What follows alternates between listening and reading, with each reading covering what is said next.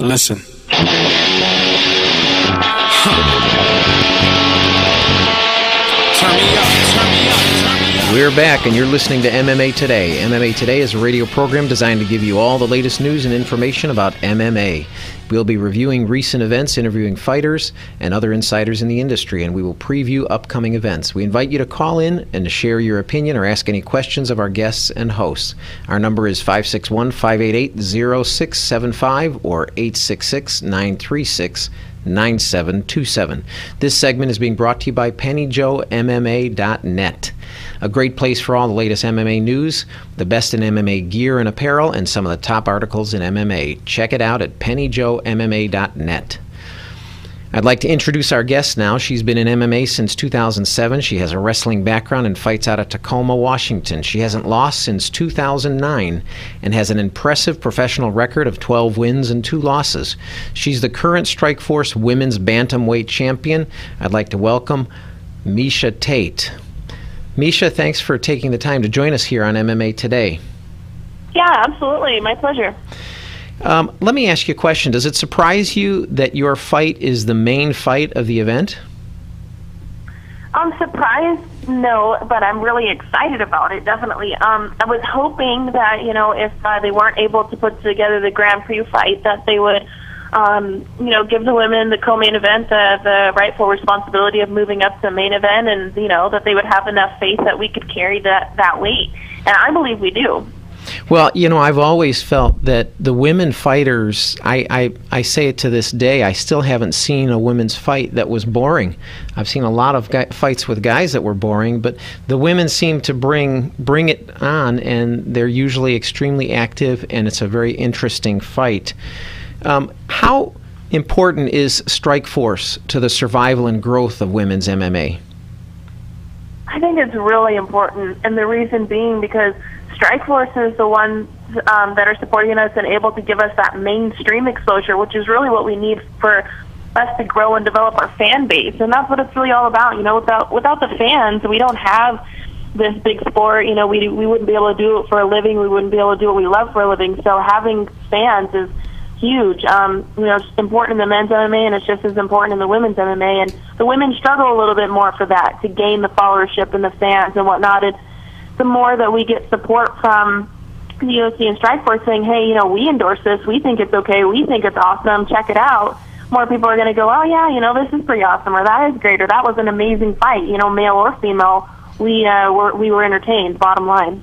Well, as an interested observer in MMA and Strikeforce in particular, because in my opinion, before Zuffa acquired Strikeforce, there was a huge pool of extremely talented fighters in Strikeforce, and once Zuffa acquired Strikeforce, we see the skimming of some of those top talented fighters over into the UFC. And in fact, the last event Strikeforce put on had an extremely poor attendance, and that concerns me. Does that concern you as a fighter in Strikeforce? Yeah, I want to see Strikeforce's future and, their survival, but I think there's still time. I think that the way that it was being promoted before the UFC got a hold of it wasn't as good as it can be promoted. I think the UFC is working with it, and I'm really excited to hear that the undercards are going to now be televised on like, I think, what is it, Showtime Extreme or something like that. I think that'll be good because it'll get more exposure for people to follow the up-and-coming fighters. Some of the fights on the undercards are really awesome. I heard that this last UFC, I didn't get a chance to watch it because I was in my cousin's wedding, but this last Saturday I heard that the undercard fights were better than the main card fights, and sometimes it's that way with Strikeforce too, but the fact that they're only airing or have the opportunity to air the main card fights, you don't get to build as many stars because they don't get to see the fighters that are up-and-coming. So it's nice to see them getting some, or soon to be getting some of that limelight shared a little bit. Yeah, I agree with you 100%. Does the fact that the female MMA community is relatively small compared to the men make it easier or harder to make it in women's MMA?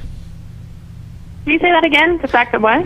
Well, there's so few women MMA fighters as opposed to men MMA fighters. Does that make it harder trying to make it in MMA as a woman? Or would it be easier if there was a lot more female fighters? Well, there's two ways you can look at it. I think it's a lot easier to get to the top. You know, if you have talent and you know, the right way that Strikeforce or whatever organization feels like they can market you, then you can rise to the top really quickly, because it's kind of like you're a big fish in a small pond sense. And with the men's MMA, there's just so many fighters that the champions right now are really, like, they had to work really hard to swim to the top and make it and get that recognition, because there's so many more men that want to do it. However, if there was more women that did it, you know, we'd have more fights and interesting matchups we could make, and more names that we could build. And so there's that way to look at it too. So I'd like to see the depth grow. Obviously, we need that in order to have the UFC even get behind us more and ever consider getting into the UFC. We have to have that depth. But, you know, in rising to the top and becoming a champion and whatnot, it's easier because there's not as many women. You know, that's just the fact of the matter. You had made a comment earlier about your upcoming opponent, Ronda Rousey, saying basically that she probably wasn't really in line for the next shot at the title. What was your thinking when you made that comment? Well, I mean, if you look at take all things into consideration and her background and how long she's been doing this and whatnot, I still don't feel that on paper, with her accomplishments in MMA, was the #1 contender. I still feel that the #1 contender is Sarah Kaufman. Sarah Kaufman's 14-1. Her only loss is to the former champion, Marloes Coenen, who's 19-5. And, you know, Sarah Kaufman has a win over myself as well a few years ago, so that makes for an interesting dynamic in that it's, you know, it would be a rematch, and she would be challenging me for the title that she once had. You know, and, you know, I beat the girl that beat her, but she beat me, so it's kind of weird, you know. And so I feel like that Sarah Kaufman kind of had the rug pulled right out from under her feet, and I also feel it kind of sucks because, you know, before Ronda really came onto the scene, they brought Sarah Kaufman to my fight with Marloes, and they even took the time to TV interview her and say, hey, you know, you're going to be fighting the winner of this. What do you think is going to happen? This and that. And so, I mean, it was pretty well understood that she was going to be the one to fight the winner between Marloes and myself. And then Ronda kind of popped in the scene with this, you know, kind of brash, outspoken attitude, and you know, she's feminine. So I mean, I think that they like that aspect. She really, you know, plays that up well.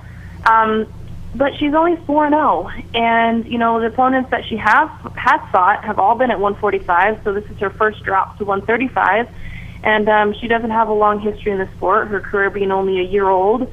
And the quality of opponents that she's beat, you know, they're fine for where she's at in the beginning of her career, but when you're talking about making that leap from fighting, you know, a Julia Budd, who was 2-1 and now is 2-2 after losing her, to fighting me, who's been in the sport for 6 years, has a lot stronger of a background in wrestling, which I believe will be her weakness, and I'm 12-2. You know what I mean? It just doesn't make as much sense. But I think the reason why Strikeforce did that is because they want to sell fights. They want to create a fan base, and they realize that, you know, it's not just about who should be next. It's about what the fans want to see. And, you know, when it comes right down to it, I think that's the fight that the fans want to see the most. And so I understand their standpoint in that this is an entertainment business as well as a sport.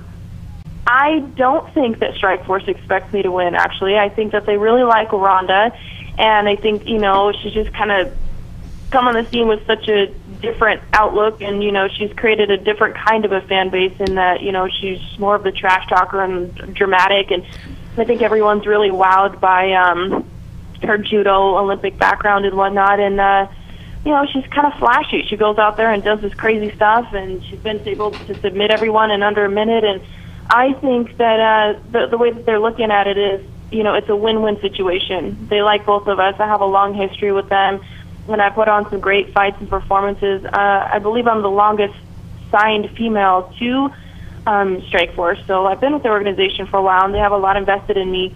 And Ronda's kind of, you know, like I said, new to the scene, but either way, for them, whoever wins, it's going to make the fight between the winner of Alexis Davis and Sarah Kaufman that much bigger, because this is really making an explosive motion for women's MMA. Really getting a lot of people interested that weren't interested before, just because of the style matchup and the trash talking and the marketability of the fight. So that will garner more attention for the fight, potentially between myself and Sarah Kaufman or Alexis Davis down the road.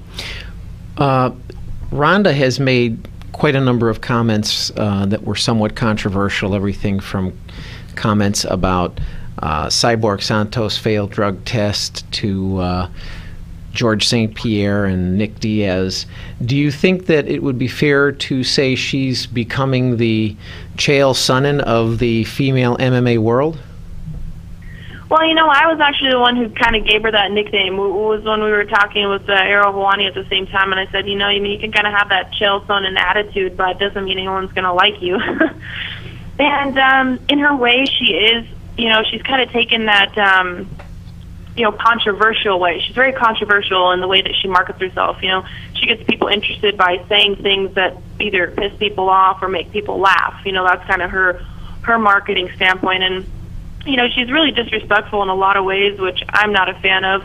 I personally, I value this sport as a sport. I do understand it's entertainment, but, I have so much love and respect for it and the athletes who do it that I would never want to, straight out disrespect someone or, go out there and talk trash, because I have the most respect for everyone who steps in the cage, regardless. It takes a certain kind of person to do that.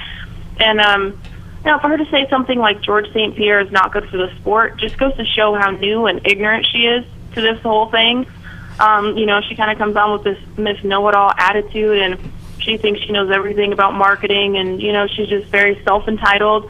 And she really talked herself into this title fight. It was more her mouth than anything else, more than her wins or skill set and whatnot that really got her this spot. And I don't agree with that. I don't think she belongs here.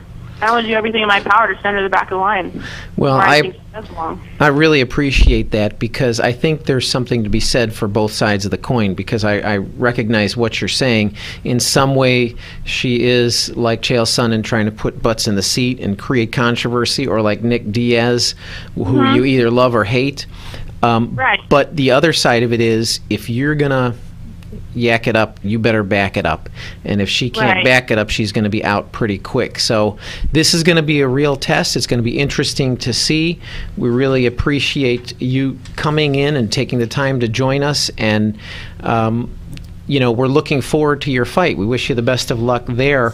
How can our listeners follow you in the future? Hit me up on Twitter.